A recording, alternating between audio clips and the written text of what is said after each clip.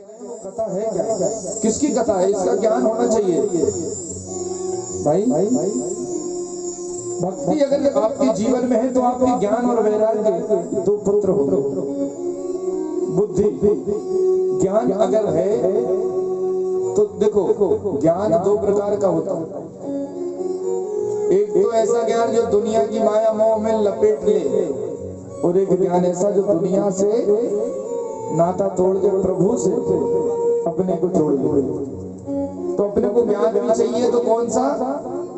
जो भगवान की भक्ति अपने को करा दे। अब अपन सोचेंगे चलो भैया ज्ञान हो गया है तो अब घर बार छोड़ दो और हरिद्वार चले अपन, तो वहीं कीर्तन भजन करेंगे और वहीं रहेंगे। तो आप भले ही हरिद्वार चले जाओ घर बार छोड़ के, आपका ध्यान यहीं लगा रहेगा। कैसे? क्या पता भैया खेत में पानी फेरो कि नहीं फेरो, कब तो नौकरी गयो कि नहीं गयो, दुकान की व्यवस्था सही साथ चल रही कि नहीं चल रही, तो पूरा ध्यान आपका यही लगा रहेगा। तो ऐसे भगवान की प्राप्ति नहीं हो सकती। जिस चीज से आपका लगाव ज्यादा है वो चीज जल्दी नहीं छूटती। कथा बड़ी ज्ञान की है, बात को समझ के चलना। जिस चीज से लगाव अधिक होता है वो जल्दी नहीं छूटती। आप कोई एक पत्थर लो और यहाँ सड़क पे फेंक दो मिट्टी में, उसको उठा लो, कोई निशान नहीं दिखेगा। लेकिन वही पत्थर आप 6 महीने पड़ा रहने दो और 6 महीने बाद जब उठाओगे तो पत्थर के नीचे निशान आ जाएगा कि भैया जहाँ से पत्थर उठाए। नहीं मानो तो कहीं को गड़ो गड़ा पत्थर उठा के देख लो। अपन अलंगा रखे हैं, अलंगा रख दो और अलंगा अभी के रखो अभी उठा लो तो कोई निशान नहीं दिखेगा। लेकिन अगर वो अलंगा अपन 6 महीने बाद उठाएंगे तो वो मिट्टी के साथ निकल के आएगा। सही है कि नहीं? हाँ बोलो। हाँ मुझे सुनाई, कोई दिक्कत नहीं। साउंड इतनी तेज नहीं चल रहा कि सुनाई नहीं। बोल भागे बिहारी लाल की जय। तो कहने का अर्थ यह है, जिस चीज से लगाव अधिक होगा वो जल्दी नहीं छूटती। और भक्तों को दुनिया इतनी शानदार और इतनी जोरदार, इतनी वजनदार बनाई है ब्रह्मा जी ने कि इसको छोड़ने का मन ही नहीं होता। क्यों छोड़े? दुनिया बहुत अच्छी है, बढ़िया खा रहे हैं, पी रहे हैं, अच्छा जीवन चल रहा है, पहन रहे हैं, ओढ़ रहे हैं, सब चल रहा है। क्यों छोड़े? लेकिन भैया ऐसा है कि एक ना एक दिन छोड़ना तो पड़ता है। अब अपनी बेटियों की शादी होती है, दृष्टांत से समझ लो। अपनी कोई कन्या है जिसे हम बहुत प्रेम करते हैं, स्नेह करते हैं घर में, लेकिन मन हो या ना हो एक ना एक दिन उसकी विवाह तो आपको करना ही पड़ता है। करना पड़ता है कि नहीं? भाई विवाह तो करना ही पड़ेगा, घर में तो नहीं रख सकते। क्यों? बेटी होती है पराया धन। तो भाई एक ना एक दिन उनकी शादी तो करना है। जितनी बेटियां बेटी हैं उनको सुनो, उनको समझो। अब बेटी चली गई, मायके से विदाई हो गई, चली गई। अब भैया ससुराल तो नई नई है, अब नई नई ससुराल में मन नहीं लगता। मन कैसे लगे? मन तो पापा के नहीं अच्छा लग रहा था, जहाँ कैसे अच्छा लगे वो। लेकिन मन तो लगाना पड़ेगा भैया। शादी हो गई है, रहना इसी घर में है। कुछ भी हो, अच्छा लगे बुरा लगे, पापा ने विवाह किया है तो हमें रहना तो यही पड़ेगा। और सब लोग रहते हैं, कोई अपन अकेले नहीं है। संसार ही ऐसे चलता है। अब कहने की बात, अब मायके में तो मायके से विदा होकर अपन ससुराल में आ गए, लेकिन ससुराल में मन नहीं लग रहा तो कुछ ना कुछ बहाने रोज बनाते हैं। आज मम्मी से बात हुई, उनकी आवाज थोड़ी खरखरी सी आ रही थी, तुम कह दियो तो जरा मिल आऊं। कछु ना कछु बहानो घरे जावे को, मायके जावे को। आज हमारे भैया तीरथ जा रहे हैं, अगर तुम कह दियो तो विदाई कर आऊं उनकी। मतलब कुछ ना कुछ बहाना बना के केवल मायके में जाना, क्योंकि माय अभी ससुराल से इतना स्नेह नहीं हुआ।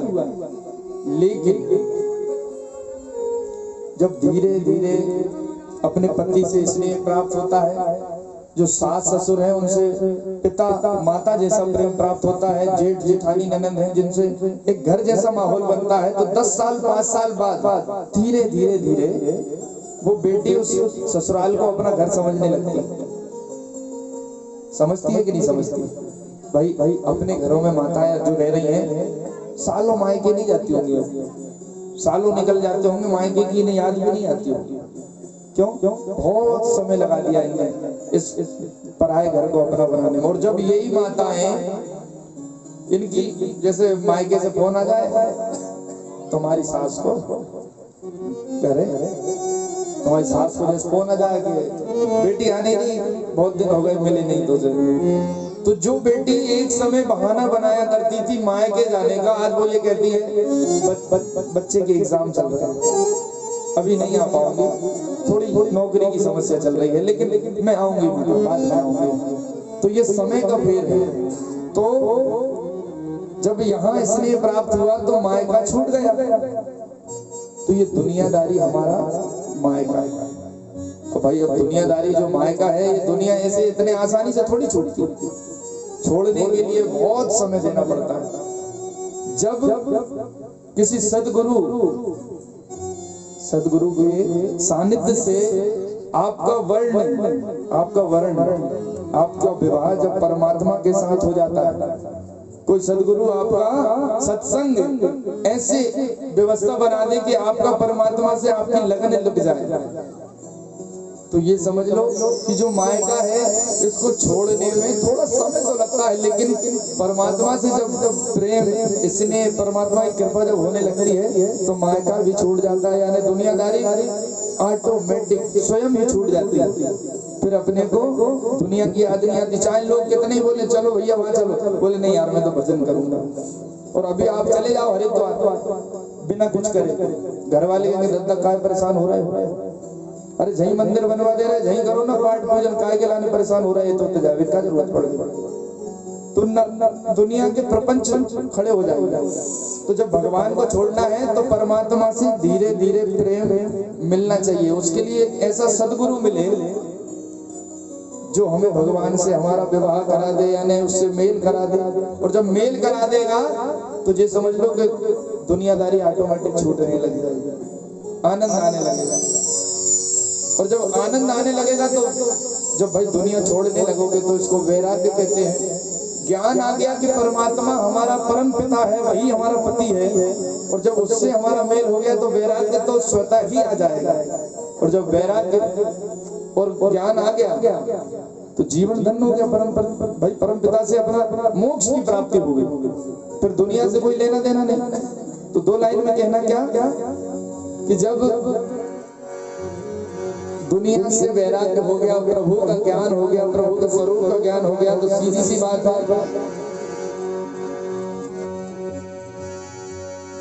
कि कुछ लेना न देना मगन रहना। भाई जब वैराग्य हो गया तो जीवन में किसी की आशा ही नहीं रही ना, भगवान की कृपा चाहिए। कुछ लेना न देना मगन रहना, कुछ लेना न देना मगन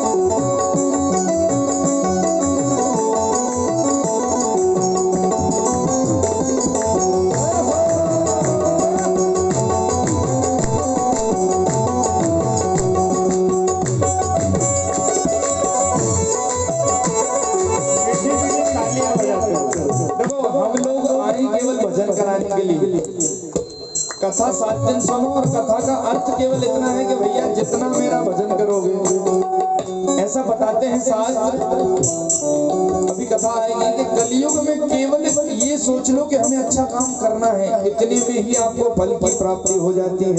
आपने केवल ये सुना कि कथा हो रही है और मुझे कथा में जाना है और मैं कथा के लिए निकल ही रहा हूँ, इतने में ही आपको भगवान की कृपा आपके ऊपर हो जाएगी, भगवान आपके हृदय में विराजमान हो जाएगा।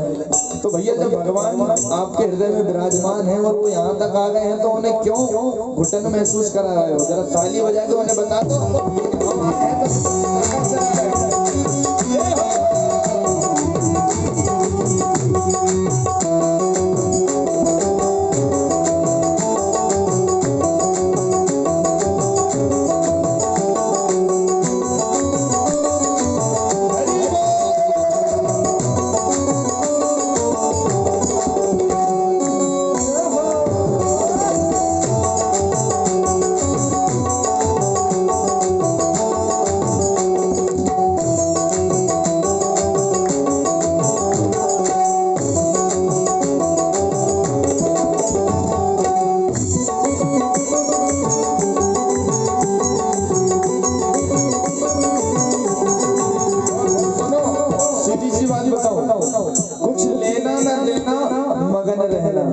और जो हमारा शरीर है ना, ये 5 तत्वों से बना हुआ है। क्षिति जल पावक गगन समीरा पंच रचित है अधम शरीर। ये अधम शरीर है हमारा, मतलब अगर हमें बुद्धि नहीं है तो अधम ही है, जानवर है।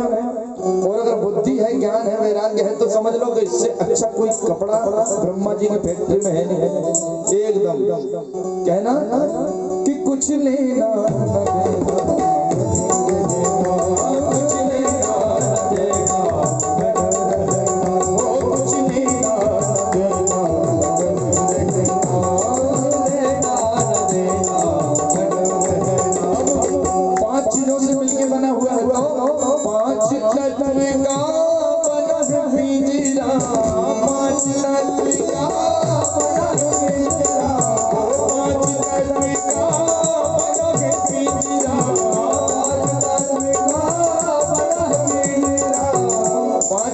से बना हुआ क्षिति जल पावक गगन समीरा है ना, 5 तत्वों से जो बना हुआ शरीर है, इसके अंदर ये पिंजरा है और इसमें मैना बोलती है, यानी कि हमारी वाणी, हमारा हृदय, हमारा मन। अब वो क्या बोले भगवान जाने, अच्छा बोले बुरा बोले। तो 5 तत्व का बना है पिंजरा, 5 तत्व का बना है पिंजरा, और जिसमें बोलती है मैना, जिसमें बोलती है मैना, मैना मैना कुछ लेना न देना, कुछ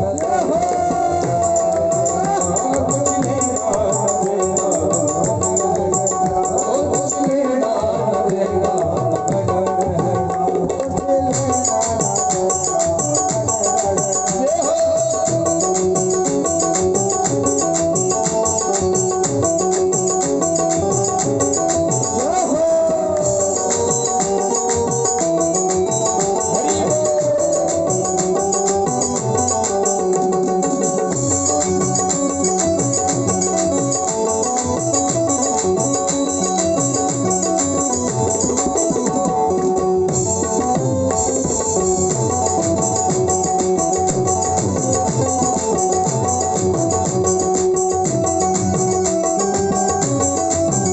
देना,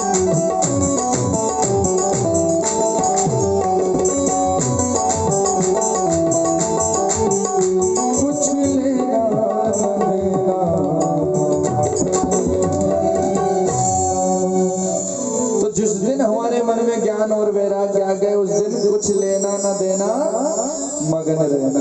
भाई ज्ञान हो गया कि भगवान की भक्ति करनी है, वैराग्य आ गया कि दुनियादारी सत्य नहीं है, सब झूठ है, तो फिर क्या है? फिर तो भगवान और अपन